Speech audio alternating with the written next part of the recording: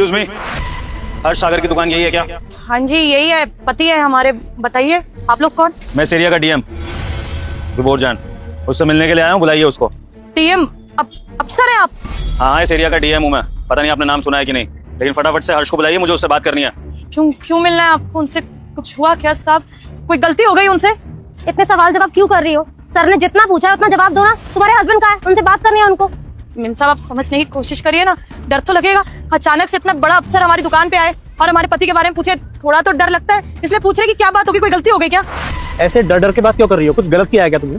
नहीं साहब, कभी कुछ गलत नहीं किया हमने। मेहनत से कमाते हैं, अपना परिवार चलाते हैं जैसे तैसे, इसलिए तो हम पूछ रहे हैं। अब आप लोग भी समझिए, इतनी छोटी सी दुकान है, पहली बार इतने बड़े अफसर आ रहे हैं, वो भी 2 अफसरों के साथ।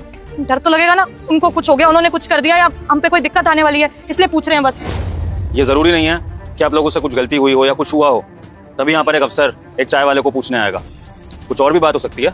मुझे हर्ष से कुछ जरूरी बात करनी है, इसलिए कह रहा हूँ कि उसको बुला दीजिए, मुझे उससे बहुत अर्जेंट काम है। वो तो अभी है नहीं, वो घर की तरफ गए हैं थोड़ा सामान दुकान का लेने, 10-15 मिनट लग जाएंगे उनको। अच्छा, वैसे ये दुकान ये ठेला, ये आप लोगों का अपना है या फिर किराए पर है आप इस पे? नहीं सब किराए का नहीं है, मेहनत से हमने अपना बनाया अभी कुछ टाइम पहले। सब इसे मत हटाना साहब, हम हाथ जोड़ के विनती कर रहे हैं। बहुत मेहनत से चलाते हैं हम लोग और इसी से हमारी रोजी रोटी चलती है, पूरा परिवार चलता है। इसे मत हटाना। मैंने कहा कि मैं आपका ठेला हटवाने की बात कर रहा हूँ। हाँ, तो जब मैंने ऐसा नहीं कहा है तो ऐसा समझने की कोई जरूरत नहीं है। मुझे आपका ठेला हटवाने में कोई इंटरेस्ट नहीं है, मुझे सिर्फ हर्ष से मुलाकात करनी है और अब मेरे पास इतना टाइम नहीं है कि मैं आपके पति का वेट करूँ। तो एक काम करिए, जैसे ही आपका पति यहाँ पर आए उसको बोल दीजिए कि इस एरिया के डीएम ऑफिस पहुंच जाए। एड्रेस नहीं पता होगा तो किसी से पूछ लेगा। ठीक है साहब, अभी आ जाएंगे ना वो, तो हम दुकान बंद करके हम और वो पहुंच जाएंगे आपके ऑफिस। आपको उनके साथ नहीं आना है, मुझे सिर्फ हर्ष से मुलाकात करनी है, सिर्फ हर्ष से और किसी से नहीं। तो उसको बोलिएगा कि टाइम से 6 बजे तक डीएम ऑफिस पहुंच जाए, क्योंकि उसके बाद मैं अवेलेबल नहीं होता हूँ किसी से भी मिलने के लिए। Got it? और एक बात और, हर्ष को समझा दीजिएगा कि बिल्कुल अकेला और निहत्था है मुझसे मिलने, किसी को भी साथ लेकर ना आए, वरना उसके लिए अच्छा नहीं होगा। सब अकेले हम नहीं तो आस पड़ोस का कोई भेज देते। ठीक है, इंतजार कर रहा हूँ मैं आपके पति का, भेज दीजिएगा। चलिए। अरे क्या हुआ, कैसे परेशान बैठी हो? मैं हनुमान हूँ, मुझे इग्नोर मत करना। तुम इस वीडियो को लाइक करके चैनल को सब्सक्राइब करो, तुम्हारा हर अरे आप बताइए क्या कर दिया आपने? हमने क्या किया? हम तो घर पे अभी बच्चा लोगों को चाय पिला के आ रहे हैं। 3 ऑफिसर आए थे हमारी दुकान पर, आपका पता ढूंढ रहे थे, आपके बारे में पूछ रहे थे। हम तो घबरा ही गए। क्या करके आए आप? पुलिस ऑफिसर हमसे मिलने के लिए आए थे, हम तो कुछ नहीं किए। अरे हमें क्या पता, आके वो कह रहे थे कि डीएम ऑफिस में भेज देना, नहीं पता हो तो आ जाए। हमको लग रहा है वो ठेला हटवाने आए होंगे, पक्का बात करने आए होंगे। अरे नहीं, हमने उनसे पूछा कि क्या बात होगी, कोई दिक्कत होगी, कुछ गलती हो गई। कहते नहीं, हमने बोला भी ठेला मत हटाना। कहते ठेला हटाने की बोली थोड़ी, ठेला हटाने की नहीं कह रहे। कुछ गलती हुई, कुछ करके तो नहीं आए, किसी को मार दिया हो या झगड़ा कर लिया हो, हमें तो कुछ समझ नहीं आ रहा है। जब से वो आए ना तब से हमारा सर दर्द सा होने लग गया। आपको बुलाया डीएम ऑफिस में, वो भी अकेले। हमने बोला कि हम साथ में आए थे तो मना कर दिया, हमने बोला पड़ोसी को भेजते तो उसका भी मना कर दिया। पता नहीं क्यों अकेले बुलाया आपको। पक्का ठेला हटाने की ही बात करेंगे और कुछ नहीं है, तभी हमको अकेले बुला रहे हैं। औरत जात थोड़ा सा गुस्सा कर देती है ना, शोर मचाओगी तुम। हम होके आते हैं, तो तुम परेशान मत हो, कर लेंगे कुछ ना कुछ, टेंशन मत। संभल के।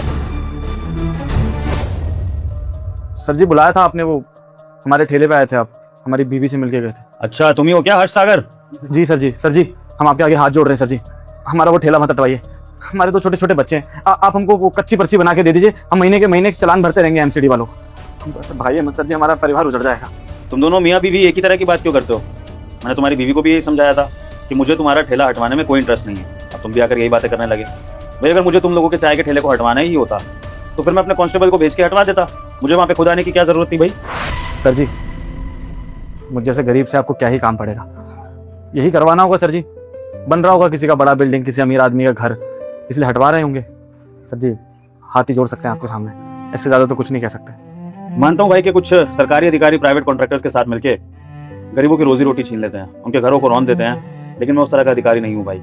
मुझे गरीबों का हक मारने में कोई इंटरेस्ट नहीं है। मैं ईमानदारी से चलना चाहता हूँ और जहाँ पर मुझे अवैध बिल्डिंग या अवैध दुकानें दिखेंगी मैं सिर्फ उन्हीं को तोड़ने की बात करूंगा और उन गरीबों के लिए भी कुछ ना कुछ इंतजाम करूंगा। तो तुम इस बात की चिंता मत करो, मुझे तुम्हारे ठेले को हटवाकर कोई बिल्डिंग वगैरह कुछ नहीं बनवाना है, समझे? सर जी वो झुग्गी में रहते हैं, यहाँ रेडी लगा लेते हैं, कभी भगवान ने चाहा तो पक्का मकान बनाएंगे अपना। अभी तो वैसी स्थिति नहीं है, लेकिन अगर आप वो ठेला हटवा देंगे तो फिर तो खाने तक के लाले पड़ जाएंगे सर। ठीक है, तो तुम्हारे लिए स्कीम निकाली है मैंने। मैं तुम्हें एक पक्की चाय की दुकान खुलवा के दूंगा ताकि तुम्हें ठेले पर स्ट्रगल ना करना पड़े।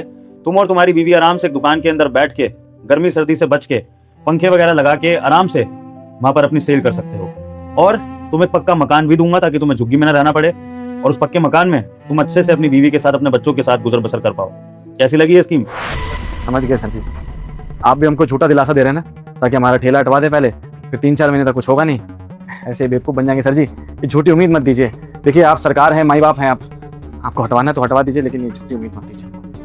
भाई अगर तुम्हें मेरी बात पर यकीन नहीं है ना, तो मैं अभी दुकान और घर दोनों के कागज लाकर उन पर दस्तखत कर देता हूँ, तुम्हारे नाम कर देता हूँ। उसके बाद शायद तुम्हें बिलीव हो जाए कि मैं सच बोल रहा हूँ, मुझे कोई लालच नहीं है और ना ही मैं तुम्हें कोई झूठी उम्मीद दे रहा हूँ। मैं सच में तुम्हें एक पक्की दुकान और पक्का मकान देना चाहता हूँ।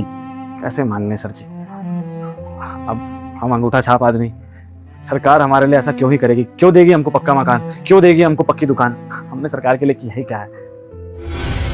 अबे घोचू, सरकार करे ना करे, तेरा दोस्त तो तेरे लिए कुछ ना कुछ करेगा।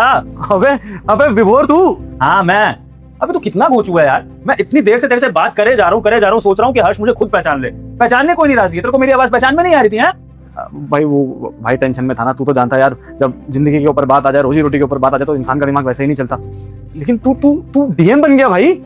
हाँ भाई, बड़े आदमी बन गए, लेकिन तुम्हें क्या फर्क पड़ता है इस चीज से?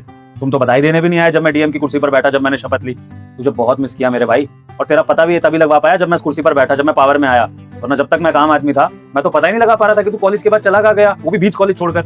लेकिन जिस दिन मैं इस कुर्सी पर बैठा और जैसे ही मेरे पास पावर आई ना, मैंने अपने सारे कांस्टेबलों को, अपने असिस्टेंट को लगा दिया काम पे कि भैया मेरे बचपन के दोस्त हर्ष को ढूंढो, उसकी दुकान को ढूंढो, या वो जो भी काम करता है कहाँ रहता है। तब जाके मेरे एक असिस्टेंट ने पता करा कि तेरी चाय की दुकान है इस तरह से, और वहां पर मैं पहुंचा, और वहां पर पहुंचा तो वहां भाभी मुझे नहीं पहचान रही, नहीं बताया होगा तुमने मेरे बारे में, और फिर उसके ऊपर से तू वहां पे नहीं था। तो मैंने सोचा कि ऑफिस में तेरे से मुलाकात करूंगा मैं। कैसे याद करता है यार, तेरी किस्मत अच्छी थी भाई, मेरी नहीं थी। मेरे चाचा ने फ्रॉड करके सारी जमीन हथिया ली, बीवी बच्चों को तो पालना था ना भाई, कहीं तो लेके आना ही पड़ता। लेकिन तू बहुत बड़ा आदमी बन गया यार, बहुत अच्छा लग रहा है तेरे को देख के यार।